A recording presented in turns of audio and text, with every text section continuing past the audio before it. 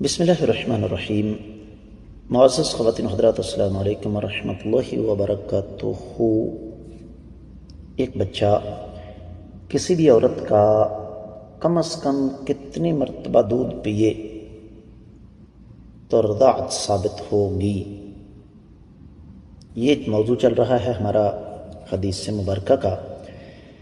مشکات المصابیح کتاب النکاح باب ہے حرام رشتوں کے حوالے سے 3180ویں حدیث کتاب میں اور 8ویں باب میں الفاظ سماعت فرمائیے گا۔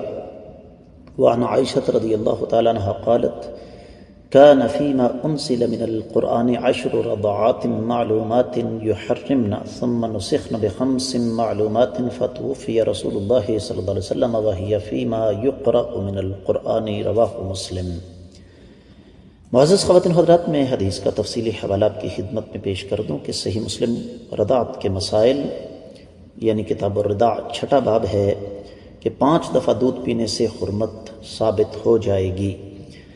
فؤاد عبد الباقی کی ترقیم کے مطابق 1452ویں حدیث ہے، ویسے 3597ویں حدیث بنتی ہے۔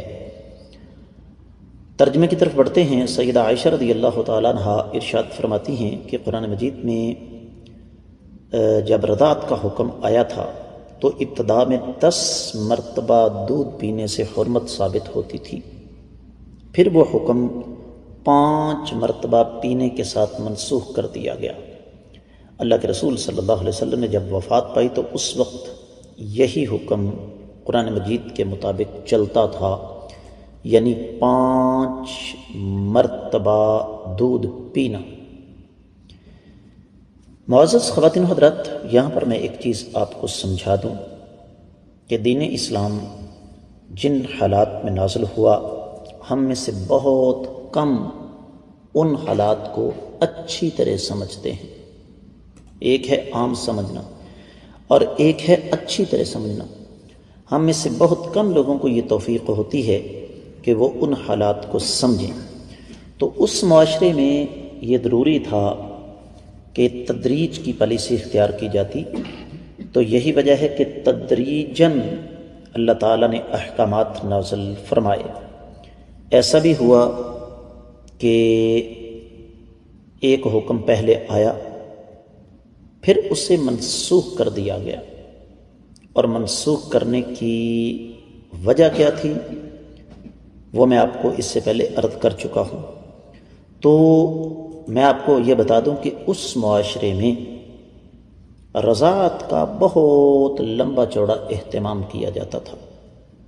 رضاعت کے لیے خصوصی طور پر خواتین کو ان کی خدمات حاصل کی جاتی، اور پھر رضاعی رشتے جو ہیں انہیں خونی رشتوں پر کئی ایک حوالے سے مقدم رکھا جاتا تھا۔